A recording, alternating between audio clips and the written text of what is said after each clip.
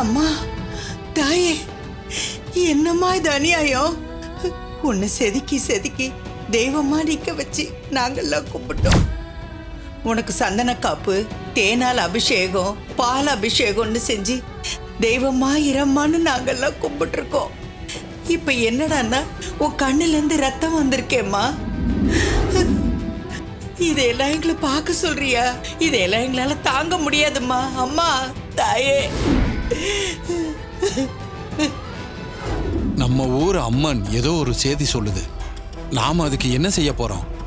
நம்ம தெய்வத்துக்கு நம்ம என்ன பதில் சொல்ல போறோம்? நீங்களே சொல்லுங்க தம்பி. இதுல நான் சொல்றதுக்கு என்னங்க இருக்கு? என்னை பொறுத்த வரைக்கும் இது உண்மை இல்லை, யாரோ பண்ண சதி. பார், ஆத்தா மனசுல ஏதோ குறை இருக்கு, அதனாலதான் அவன் கண்ணுல இருந்து ரத்த கண்ணீர் வடிதுன்னு நாங்க சொல்றோம். ஆனா நீ சதி வலைன்னு சொல்ற. அப்படின்னா ஆத்தா கண்ணுல வலிகிற ரத்தம் நாடகம்னு சொல்றியா? அப்படித்தானே? முத்துப்பாண்டி, என் பேரன் அப்படியா சொன்னா? நீயே எங்க எல்லாருக்கும் முன்னாடி இட்டு கட்டி பேசுற. இத பாருங்க, நான் ஒண்ணு இட்டு கட்டி பேசல. நாங்க அம்மனோட வேதனைய கண்ணால பார்த்து கொலை நடுங்கி போயிருக்கோம். உங்க பேரன் தான் இது ஏதோ சதின்னு புதுக்கதை கட்டுறாரு. இங்க பாருங்க ஊர் மக்களே, எல்லாத்துக்கும் காரணம் இதோ இந்த ராஜா சேதுபதியோட குடும்பம் தான். இவங்க குடும்பம் தான் நம்ம ஊரோட பிரச்சனைக்கே மொத்த காரணம். சிவனாண்டி, எது பேசுறதா இருந்தாலும் சபையில பேசும்போது அதுக்கான மரியாதையோட பேசுப்பா. ராஜா சேதுபதி குடும்பம் இந்த ஊருக்கு எவ்வளவு செஞ்சிருக்காங்கன்னு உனக்கு தெரியாதா? இந்த ஊரோட பஸ் ஸ்டாண்டு, ஆஸ்பத்திரி, தாலுகா ஆபீஸ் எல்லாமே அவங்க தானமா கொடுத்த இடத்துல தான் இருக்கு. இந்த ஊரை முன்னேற்றின குடும்பம் நம்ம கார்த்தி தம்பியோட தாத்தா ராஜா சேதுபதியோட குடும்பம். அவங்க குடும்ப பிரச்சனைய நாமெல்லாம் நம்ம பிரச்சனையா நினைக்கணும். அதான முறை. ஐயா, அதெல்லாம் வாஸ்தவம் தான், நான் இல்லைன்னு சொல்லல. அவங்க குடும்ப பிரச்சனையும் நம்ம பிரச்சனை தான். ஆனா இந்த கோயிலும் இந்த அம்மனும் நம்ம ஊர் பிரச்சனையா மாறி நிக்குது இல்ல? இதுக்கு என்ன சொல்ல போறாங்கன்னு கேளுங்க. சிவனாண்டி, எங்க வந்து எதை கொளுத்தி போடலான்னு நினைக்கிறியா? அந்த தெய்வத்துக்கு யாராலும் உசுர கொடுக்க முடியாது. அவ நின்னு எரியிற தெய்வம். எங்களை பத்தி அந்த தெய்வத்துக்கே நல்லா தெரியும். தரிசா கிடந்த இந்த மண்ணை கோபுரமா எழுப்பி வச்சது என் புருஷன். அந்த கோயிலை கட்டி காப்பாத்துறது என் பேரன். அந்த கோயிலுக்கு எப்ப எப்படி கும்பாபிஷேகம் பண்றதுன்னு எங்களுக்கு தெரியும். என் பேரன் அதை செய்வான்.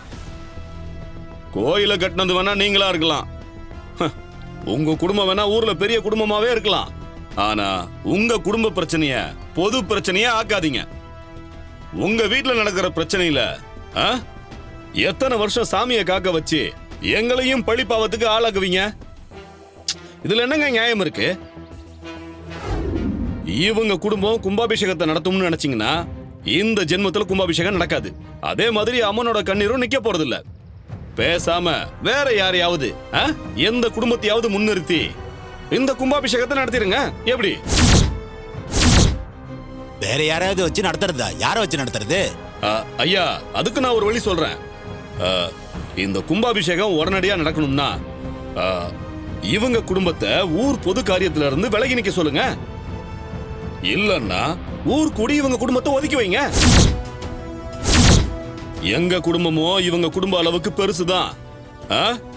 ஊருக்கும் இந்த கோவிலுக்கும் என்ன தேவையோ அதை நாங்க பண்ணிட்டு போயிடுறோம். நானே முன்னாடி நின்று பெருசா செலவு பண்ணி கும்பாபிஷேகத்தை ஜாம் ஜாம்னு நடத்துறேன். என்னங்கய்யா? மமனே, ரொம்ப சரியா சொன்னடா. இந்த பாரு, இவங்களை ஊரை விட்டு ஒதுக்கி வச்சாதான் நம்ம தெய்வத்துக்கு கும்பாபிஷேகம் நடக்கும், ஊரும் செழிக்கும். ஊரை விட்டு ஒதுக்கி இருப்பா இருப்பா, வேணாம். சிவனாண்டி சொல்றது சரிதானப்பா? எத்தனை நாளைக்கு கோவில பூட்டிய வச்சிருக்கிறது? வேற யாராவது கும்பாபிஷேகத்தை எடுத்து செய்யட்டுமே. அதானே, உங்களால பண்ண முடியலனா ஒதுங்கி மத்தவங்களுக்கு வழிவிடலாம்ல. உங்க குடும்பம் தான் கும்பாபிஷேகம் செய்யணும்னு சட்டமா போட்டிருக்க. வணக்கம். யாரு யாரு யாராவ என் குடும்பத்தை ஒதுக்கி வைக்கணும்னு சொன்னது யாரு? நீ ஏன் இல்ல உன் சித்தப்பனா? என் குடும்பத்தை ஒதுக்கி வைக்க சொல்ல உங்களுக்கு என்னடா யோகிதை இருக்கு? உங்க குடும்பத்தோட லட்சணம் தான் இந்த ஊருக்கே தெரியுமே. என்ன ஊர் பெரியவரே, என்ன மட்டும்தான் சபையில பார்த்து பேச சொல்லுவீங்களா? ஏன் இவங்கள சொல்ல மாட்டீங்களா? பேசாத, நீ பேசாத. கோயில் நகையை திருடி அதனால ஒரு குடும்பத்தையே கெடுத்தவன் உங்க அப்பன். அவன் குடும்ப கும்பாபிஷேகம் பண்ணா அம்மன் அதை ஏத்துக்கோல. கந்து வட்டி கொடுத்து வாங்குற மாதிரி இன்னொரு வேலைன்னு கோவில் காரியத்தை நினைச்சியா? ஏடா, அது தெய்வத்துக்கு நாம செய்யற தொண்டு. அதை செய்யணும்னா மனசும் உடம்பும் சுத்தமா இருக்கணும், சுயநலம் இருக்க கூடாதுடா. இந்த மண்ணை நேசிக்கணும். அப்படிப்பட்ட தகுதி உள்ளவன் கையால தான் கும்பத்துல தீர்த்தத்தை தெளிக்கணும். புரியுதாடா? என் பேரனை பத்தி உனக்கு என்னடா தெரியும்? ஒழுக்கத்திலையும் வீரத்திலையும் அவனோட கால் தூசிக்கு பெருவியாடா நீ? அவனோட அறிவுக்கும் திறமைக்கும் அவன் முன்னாடி நின்று பேசுறதுக்கு உனக்கு யோகிதை இருக்காடா? 4 காசு கையில இருந்தா தகுதி வந்துருமா உனக்கு?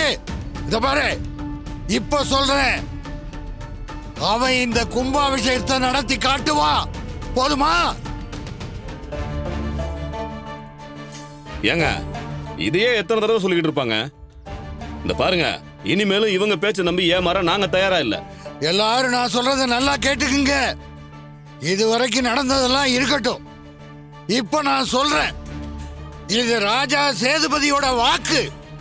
இன்னையிலிருந்து எண்ணி 90 நாளைக்குள்ள என் பேரன் கார்த்திக் இந்த கோவில் கும்பாபிஷேகத்தை என் குடும்பத்தோட சேர்ந்து நடத்தி வைப்பான். ஊர் பெரியவங்கள, ஐயா சொன்ன நாளுக்குள்ள கும்பாபிஷேகம் நடக்கலன்னா என்ன பண்றதுன்னு அப்படியே கேட்டு சொல்லிடுங்க. இப்ப உனக்கு என்னடா தெரியணும்? நான் சொன்ன நாளைக்குள்ள கும்பாபிஷேகம் நடக்கலன்னா இந்த ராஜா சேதுபதி உயிரை மாச்சுக்குவான்டா இந்த கோயில் முன்னாடியே.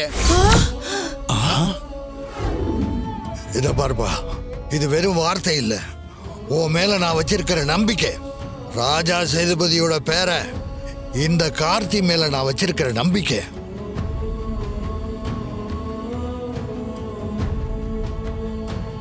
என் மனசுல இருந்து சொல்றேன் கார்த்தி, என்னோட சொத்து சுகம் புகழ் மரியாதை அந்தஸ்தெல்லாம் எனக்கு கொடுக்குற சந்தோஷத்தை விட நீ என் பேரன் அப்படிங்கிற பெருமிதம் எனக்கு கொடுக்குற சந்தோஷமும் நம்பிக்கையும் ரொம்ப அதிகம்ப்பா. உன்னை நம்பி எப்பேற்பட்ட வாக்கையும் கொடுக்கலாம், ஏன்னா அதை நீ காப்பாத்துவப்பா. கண்டிப்பா தாத்தா.